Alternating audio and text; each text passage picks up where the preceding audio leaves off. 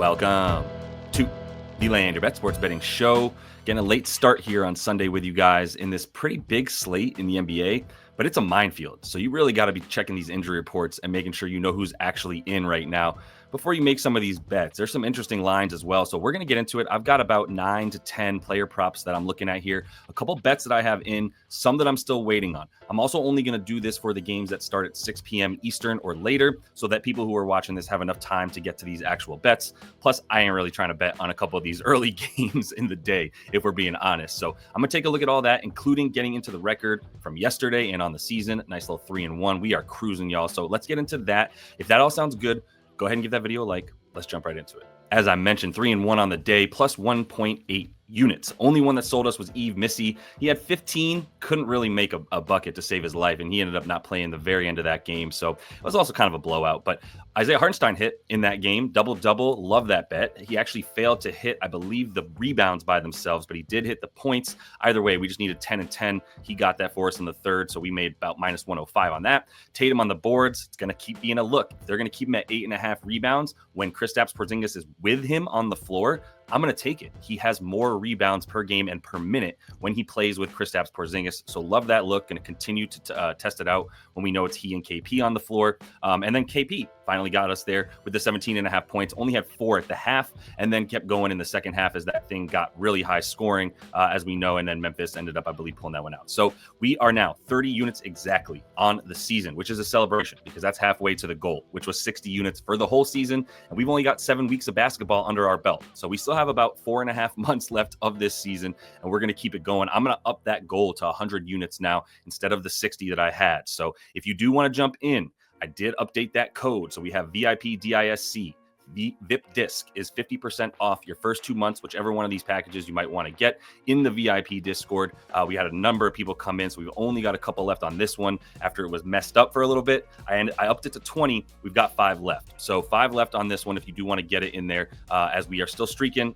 Definitely going to keep it going here. So let's jump right into these plays that I've got for Sunday. We are going to kick it off with this Nuggets and Hawks game, but I also know that we need to be on this injury report. So this is linked in the description of the video if you guys need it. It is the official NBA injury report. It updates once an hour. So if you refresh this every hour on the half hour, you'll see that this gets updated with the official reports from the NBA teams as they send them to the NBA. So I'm just going to go right down to Atlanta and Denver and start at that game and be like, look, we got to look at this injury report before we can really look at any of these bets, to be honest. So for the Nuggets, we've got Aaron Gordon questionable, and we have Jamal Murray now listed out. So that actually just updated about 5 minutes ago, right before I started recording. So now Jamal Murray is officially out. Let's see what we can do with that as we get back into this game. This is going to be Props Madness. I'm going to be using this throughout the season. Use it on the live stream every day during the week, 5:30 p.m. Eastern. If you do want to get in on this product as you're seeing me use it throughout this show, you can get that with a code using LYB. Get a little discount for 25% off. Just use code LYB. The link is in the description of the video for propsmadness.com as well, though it's pretty simple, propsmadness.com. That'll get you 25% off your first month. All right, let's look at the things I'm talking about in this game, because not only do we have Jamal Murray now out, and we have Aaron Gordon still questionable, we've also got DeAndre Hunter questionable, Jalen Johnson questionable, and Trey is going to play. Oh, and then Bogey, I believe, is out at this point. So we know that there's going to be some guys out. We don't know much about everything else. What I'm looking at is, first of all, for this Hawks squad, if we do get Jalen Johnson and DeAndre Hunter both listed out, love Dyson Daniels on the points and assists. This is actually at 16.5 now, and this is a very beatable number already. Honestly, I think this is a pretty beatable number against this awful Nuggets defense. This Nuggets defense is terrible. I mean, terrible. They're coming off a loss to the Wizards yesterday. You could watch that game back and just see easy bucket after easy bucket for the Wizards. And guys who play as cutting to the basket, like Dyson Daniels, who are athletic and get out into transition, as you can see here, that's going to be a play type that's really good. Plus, he's a spot up. So I want to get his points in there as well, because especially without JJ and DeAndre Hunter, we're talking about a lot more usage for Dyson Daniels in this game, especially if Bogey is also out. Really few perimeter players that Trey is going to have around him outside of Reece Arche and Dyson Daniels here, but no Dyson Daniels minutes are safe. And so that's why I really want to target him if those guys are out. With Jamal Murray out, Do think it's a good moment in time for this man, Russ Westbrook. Obviously, we know it's always a good time to bet on him when he's going to get minutes. These assists are crazy high, these rebounds are crazy high, and these points are pretty high.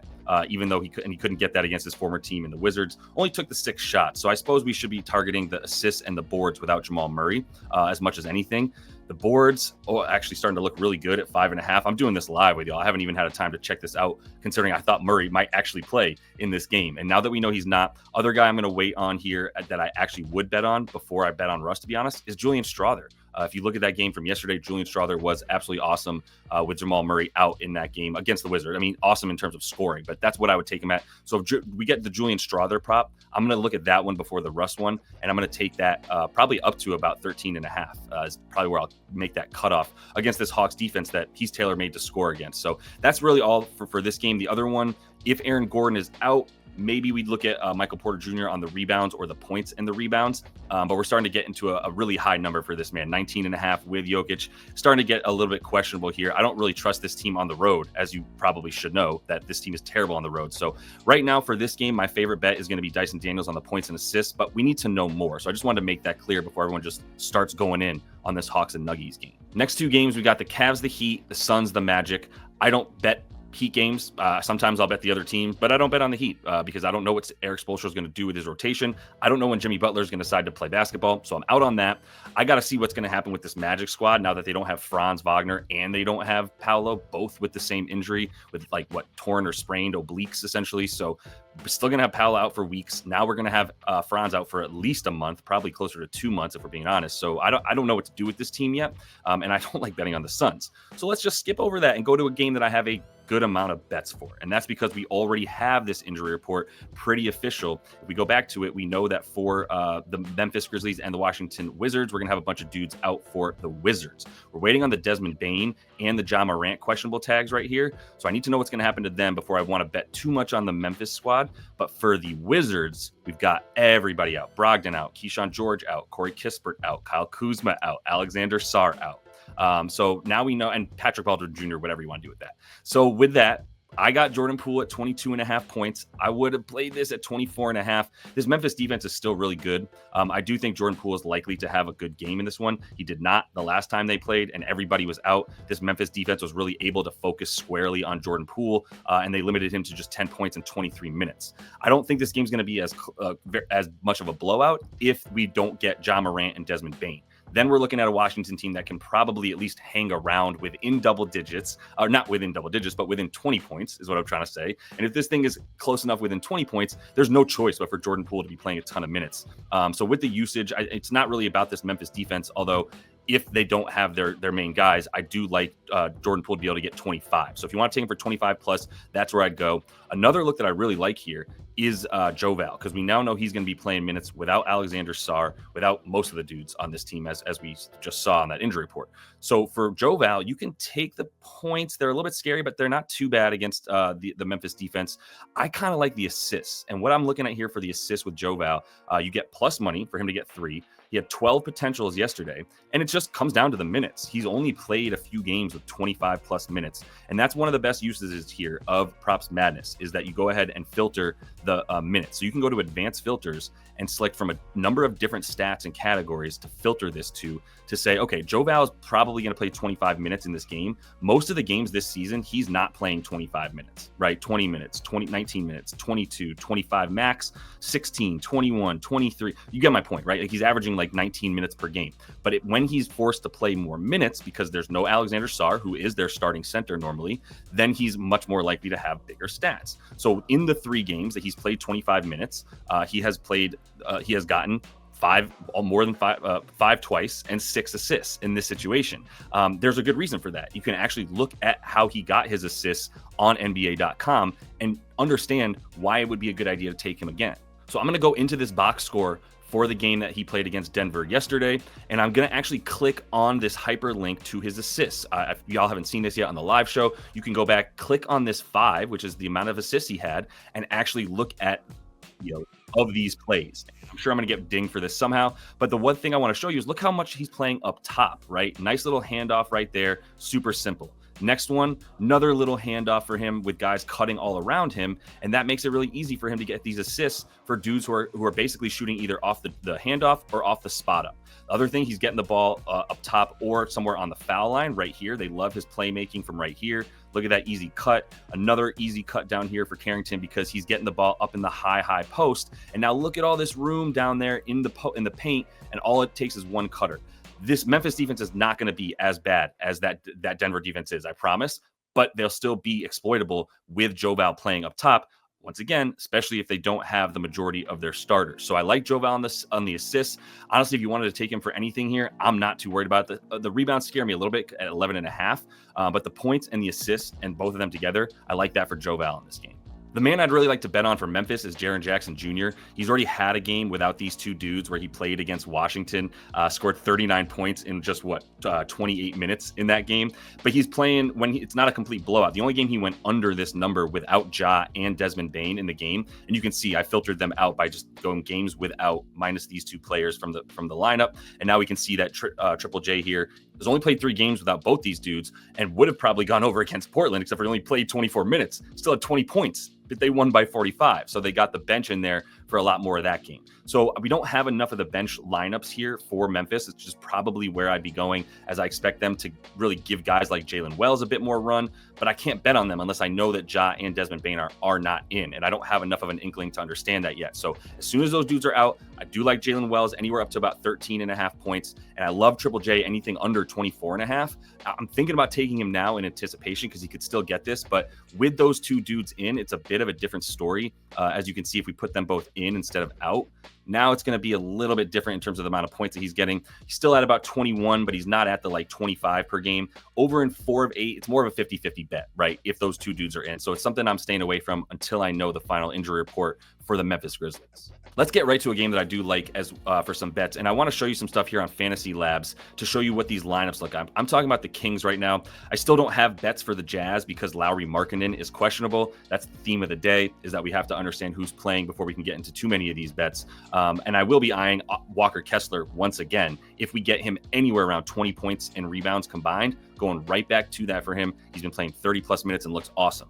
But what I want to show you for the Kings is it's so weird. I want to take assists for De'Aaron Fox, and they're actually got bet down. This was 6.5 or plus money, which you can still get in some places, but now it's actually got bet down to 5.5. And even though he had 8 in that game against the Spurs last game out, it was with Sabonis and with DeRozan. He had 8 on 9 potential assists, right? You always got to look at the potentials and go, that's an outlier. Normally, you're looking at about 50 to 55% of your potential assists turning into assists, right? Because you need the player on the other end to make it. So about 55% is a fair field goal percentage to expect for his passes to other players, right? Maybe it's like 35% from 3, but it's like 70% down low. So we get to about 50 to 55%. And the weird thing for Fox is when he's playing with these two dudes, I'm going to show you here Fantasy Labs. This is also linked in the description of the video. Free, not behind a paywall, super easy to use. This is going to be where you can go on court, off court, and actually see the way that dudes produce when they're on the floor together, instead of just with and without, which is super helpful on Props Madness. I want to know which games he's played with these dudes. That's fine. But what about when he's actually on the floor with them? That's what this does. So I can go to on court, select all the guys that I want to say, how do they play when they're on the court together? I'm choosing this new 5 where Malik Monk has been inserted into the starting lineup. And so we've seen him eat into some guys' stats, into their usage and production. And that's why I want to put this very specific. So I put all these guys on the court together, which I've already got. And now I'm looking at what that looks like with this 5. So, and I'm putting it in per 36 minutes because, and that's the standard, but it's because they're not playing 36 minutes per game with this lineup. But in each game, if you extrapolate their stats out to if they were playing 36 minutes together, what do they do?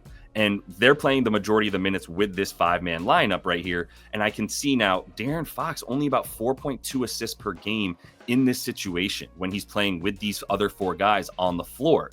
And then the other weird thing about it is when I put it with these dudes, it's not even relevant to like him going over or under isn't even relevant to how good the other team is at limiting assists. Because if you look at the way that other teams allow assists, I can hover over this and see that the Memphis Grizzlies are 12th best limiting, or excuse me, the Spurs are 12th best limiting assists. And he got 8 of them yesterday on 9 potentials. The Grizzlies are 6th best. He had 12 potential assists, but just 3. The Rockets are number 1 at limiting assists. He had 11 potentials. This is with these dudes. So there's no real rhyme or reason right now to him getting his dimes. So that is probably going to be a stay away from me. But what I do want to show you is the points that Domantas is scoring when this lineup is playing together. With Malik Monk in there instead of like Keon Ellis or anybody else, or like Kevin Huerter, who was starting at the beginning of the season, instead of any of those guys playing but if I have Malik Monk out there, Domantas is at 26 points per game in 36 minutes that he plays. We also see him going up against the Jazz and doing really well. He had 28 in this game right here with both DeRozan and Malik Monk out there, because those guys are going to be in the starting lineup with him. So I wanted to make sure. We also had De'Aaron Fox, just went clean over in 34 minutes, had 28 points, right? 13 for 18 from the field, was absolutely killing it, even with Walker Kessler out there. Big reason for that, if we look at FanDuel Fantasy Pros and we go over to center points, we can see centers points given up second most by the Utah Jazz, right? So they're, even with Walker Kessler out there, and he's been playing a lot more in the last 7 days. So I'm going to filter this to the last 7 games instead of the whole season. Even with him out there more, they're still bottom 6, right? 6th worst, limiting points to the center position. So I think Domas to get 20 is another good look. I like him to be the guy to score for this King squad, for the Warriors game. So I'm going back to this back-to-back game for the Dubs and the Timberwolves, going right back to Draymond. Now, the thing is, Andrew Wiggins is questionable. So we're still waiting on bets to come out in these lines for Draymond, who just even popped up on this sort of made-up book called Ladbrokes that's only available in the Australia area.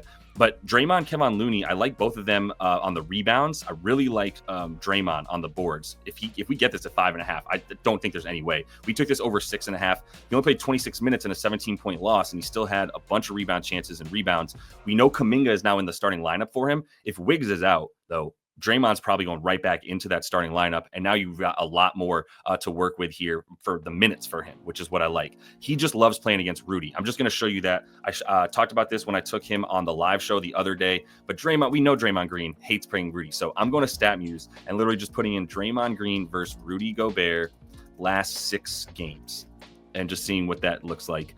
And this is him playing way above his pay grade, right? 19 points and 4 boards. That's a couple years ago. If you look at these last games, other than the one where he got thrown out 2 minutes in the game because of his technicals that he just got tossed, all these other games, he's going over his like 8.5 points prop. He's going over his 6.5 rebound prop, other than in one of these. And I would take the points and rebounds as well, because one of those, either both or at least one of those stats, he's doing really well against the Minnesota Timberwolves, specifically with Rudy Gobert on that team. So I love going back to that for him. I know when his motivation is high, that we get maximum effort from him, then it's good to go for the boards, especially. Leaving the assists out, this is still a good Minnesota defense. I'm not trying to get cute with that. There's really not much I like on this Minnesota team other than Ant, and it's going to take a Herculean effort again, like the 30 he scored this last game in 35 minutes for them to win this game again, because I just don't like the vibes right now. Minnesota playing a little bit better, but too reliant on Ant on offense. Don't like the Julius Randle vibes is really what I'm getting at. So that's kind of where I'm at with this one as well.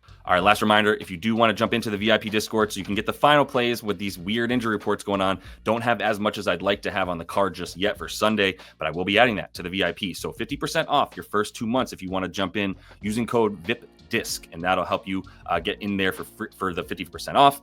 Also, just make it clear to you guys, we've got a lot of sports betting education going on in the VIP Discord as well. So if you want one-on-one consultations, help you get rid of some of those bad habits and add some good ones to your sports betting so you can build that bankroll up, hit me up and jump in the VIP Discord to help to schedule those. So best of luck today on Sunday, and until I see y'all next, happy betting.